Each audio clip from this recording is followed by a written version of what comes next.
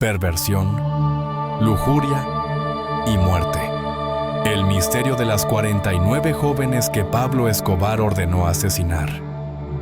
Medellín, años 80. Una ciudad envuelta en el humo de la cocaína, el poder y la violencia. Pablo Escobar, el hombre más temido de Colombia, no solo gobernaba el narcotráfico, sino también los rincones más oscuros de la lujuria y el crimen. Durante 3 días, los cuerpos torturados, mutilados y perforados a balazos de 49 jóvenes aparecieron en distintas ciudades de Colombia. Todas habían compartido fiestas sexuales con el capo narco y sus sicarios. Esta es la historia de una masacre que incluyó niñas vírgenes, millones de pesos y delatores. Una historia que desnuda el lado más oscuro del patrón. Pablo Escobar no mentía. Niñas, pórtense bien, no sean mal habladas, que por eso es que las matan, les decía a sus amantes ocasionales después de tener sexo, mientras daba 2 o 3 pitadas a un cigarrillo de marihuana. Para las delatoras no había piedad. Era amable, sereno, de pocas palabras, y se portaba como un caballero. Daba consejos casi como un padre y nunca hablaba de sus problemas. Pero si hablabas o delatabas, estabas muerta. A una amiga mía le hicieron una cruz de tiros en el cuerpo. La encontraron por la carretera. La habían torturado. ¡Qué pecado! A esa muchacha la acusaron de que sabía de los enemigos de Pablo. Y quedamos solo 2, yo y la Llorona. Reveló al periódico El Tiempo en 1991, una jovencita que compartió noches de sexo con el jefe del cártel de Medellín. La niña fue una de las 2 sobrevivientes de una masacre de 49 mujeres perpetrada por el cártel de la droga en los años más sangrientos de Colombia. Pablo Escobar tenía una debilidad: las niñas vírgenes, de 14 a 17 años, según el periodista Germán Castro Caicedo. Para atraerlas, reclutó a un grupo de apuestos jóvenes, conocidos como los señuelos. Su misión: seducir a las muchachas y llevarlas ante el patrón. Les mostraban fajos de billetes que jamás habían visto, promesas de autos y una vida de lujo. Al ver los billetes, pierden la brújula. Se reía Escobar junto a sus sicarios. ¿Por qué Pablo las mató? Quisieron saber los periodistas colombianos. Casi justificando el trágico final de sus compañeras, la muchacha respondió: si hablabas o delatabas, estabas muerta. Hay peladas que se buscaron la muerte por escuchar conversaciones que no debían y contar todo lo que oían. Para seguir viva había que mantener la boca cerrada, y ellas no supieron hacerlo. Durante 3 días, los cuerpos de 49 jóvenes aparecieron en las carreteras de Medellín, Envigado, Itagüí y Bello. Torturadas, mutiladas, perforadas a balazos. La policía descubrió que todas habían compartido fiestas con Escobar y sus hombres. ¿Qué las llevó a ese trágico final? La respuesta es escalofriante. Algunas escucharon conversaciones que no debían. Otras fueron acusadas de delatar al capo. Para Escobar, una novia muerta era preferible a una testigo resentida. El cuerpo de la bella joven, semidesnuda y muy maquillada, estaba al costado de una carretera que llevaba a Medellín. Su torneada figura había recibido 28 impactos de bala. El asesino había disparado formando una cruz del sexo a la barbilla y sobre el pecho de la niña. Esta pelada no llega a los 15, dijo uno de los policías que encontró el cadáver. Seguro, si es una de las palomas blancas del patrón, aportó su compañero. No se equivocaban. La víctima era una de las muchachas de barrios humildes que Pablo Escobar Gaviria buscaba para sus orgías. Veamos cómo era el proceso de reclutamiento de las menores. El reclutamiento de las menores era un proceso cuidadosamente orquestado por el cártel de Medellín. Pablo Escobar, obsesionado con las niñas vírgenes, diseñó un sistema para atraerlas a su mundo de lujos y excesos. Pero detrás de las promesas de dinero y autos, se escondía una red oscura y peligrosa. El primer eslabón de esta cadena eran los señuelos.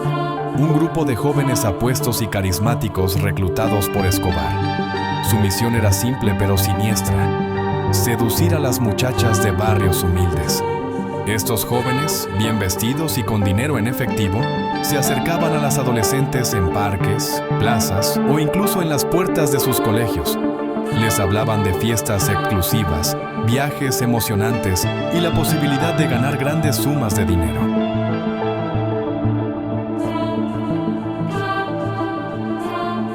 Una vez ganada su confianza, los señuelos les mostraban fajos de billetes, joyas y fotografías de autos deportivos.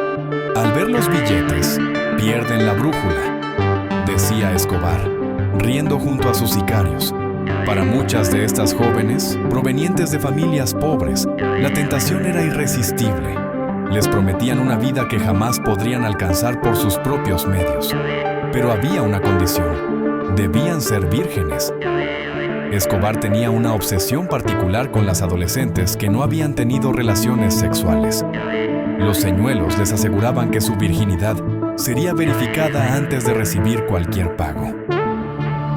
Muchas de estas jóvenes, inocentes y deslumbradas por las promesas, aceptaban sin entender completamente a lo que se estaban enfrentando. Una vez reclutadas, las jóvenes eran llevadas a caletas secretas, ubicadas en zonas rurales o en barrios exclusivos de Medellín. El traslado era una cadena de intermediarios. Un señuelo las llevaba a un punto de encuentro, donde otro hombre las recogía y las trasladaba al siguiente eslabón. Solo uno de estos intermediarios conocía el destino final, la residencia donde Escobar las esperaba.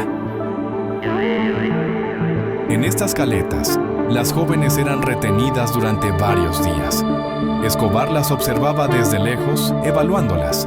Les daban comida, bebida y les permitían descansar en habitaciones lujosas, pero siempre bajo vigilancia. El objetivo era mantenerlas cómodas pero controladas, asegurándose de que no intentaran escapar o contactaran a sus familias.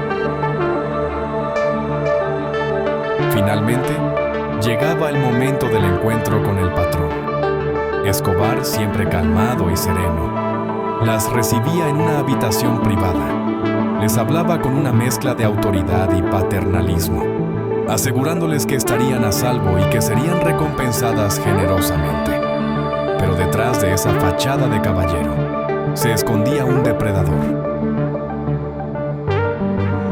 Después del encuentro, algunas jóvenes eran liberadas con dinero en efectivo o incluso con autos usados. Otras, sin embargo, corrían un destino mucho más oscuro. Si Escobar sospechaba que habían escuchado algo que no debían, o si alguien las acusaba de ser delatoras, eran asesinadas sin piedad. Sus cuerpos, torturados y mutilados, aparecían en las carreteras como una advertencia para quienes osaran traicionar al patrón.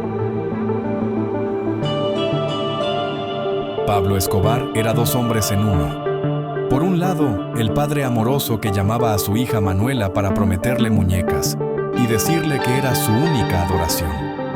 Por otro lado, el asesino despiadado que ordenaba coches bomba y masacres sin pestañear. ¿Y a mí qué putas me importa esa gente? En este país no hay inocentes, decía. Así lo confirmó Popeye, uno de sus sicarios, en una entrevista. El patrón solo tuvo 3 amantes. Las demás fueron mujeres de paso. Pero si alguien lo traicionaba, no había piedad.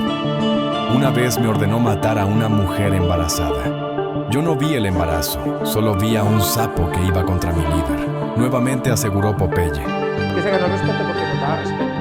Porque se ganó la lealtad de nosotros porque nos da lealtad. Aquí para la época muchísimos narcotraficantes mandaban a matar a un juez, o un periodista, o un alcalde que le era incómodo a un policía. Entonces el narcotraficante, para romper la línea de la investigación, mataba a los sicarios. O les ofrecía $1 millón por matar a una persona importante y para no pagarle el millón los mataba. Pablo Escobar no hacía eso. Pablo Escobar se enterraba con nosotros. ¿Por qué? Porque él siempre, cuando uno tenía problemas, que yo joven, yo era millonario y era muy violento, cometíamos errores. Entonces el patrón llegaba y se sentaba con uno y le decía: vean, usted es un hombre leal, usted es un hombre que ha hecho que esta organización crezca, ha hecho un operativo grandes para la organización. Usted, con los errores que está cometiendo bajo el efecto del licor, me va a obligar a mí que ordene su muerte, usted me va a poner en esa posición. Y yo, ay Señor, no, yo, mire patrón, yo voy a cambiar. Entonces no cambiaba. Viajaba por muchos bancos del mundo guardando dinero. Hoy en día debe tener muchísimo dinero en los bancos del mundo. Mira, pues acá está don Gustavo, está su hijo encima. Acá en Medellín acostumbran colocar un familiar sobre otro. Aquí está su hermano, está su amado primo, hermano, socio de aventuras, de guerra, Pablo Emilio Escobar Gaviria. Están a 15 metros de distancia los dos. Acá a 120 metros está Griselda Blanco, que fue su enemiga, que trató de matarlo a ellos dos y ellos dos la sacaron corriendo de Medellín. Es una historia interesante. El patrón era un hombre, un gentleman con las mujeres. El patrón no obligaba a ninguna mujer. Las mujeres eran unas reinas de belleza. Yo nunca le conocí una fea. A propósito de esa frase que usted acaba de decir, quisiera que viera esta foto y me ayudara, porque esto sí nunca lo logré entender. No, el patrón no le camina esa vuelta. La historia de las 49 jóvenes es un recordatorio de la dualidad de Pablo Escobar, un hombre capaz de construir barrios para los pobres y al mismo tiempo destruir vidas sin remordimiento. Sus víctimas, muchas de ellas niñas de barrios humildes, soñaron con una vida mejor, pero encontraron solo violencia y muerte. Esta es la oscura realidad detrás del mito del patrón. ¿Fue Pablo Escobar un monstruo o un producto de su tiempo? La respuesta, como su legado, sigue siendo un misterio.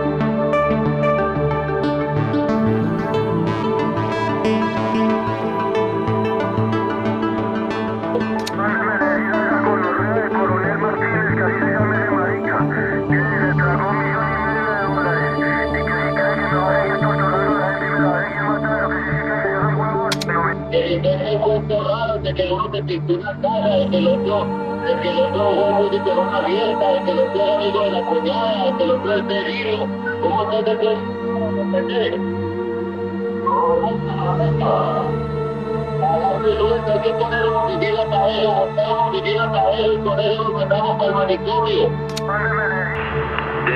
La Procuraduría inicia la investigación y ofrezca 10 millones de pesos y dicha anuncio a la prensa para el que le dé informe sobre los desaparecidos de nosotros, porque el que nos desapareció, los compañeros de nosotros, nos torturó, ese es un delincuente y es más malo que nosotros, ese hijo de puta.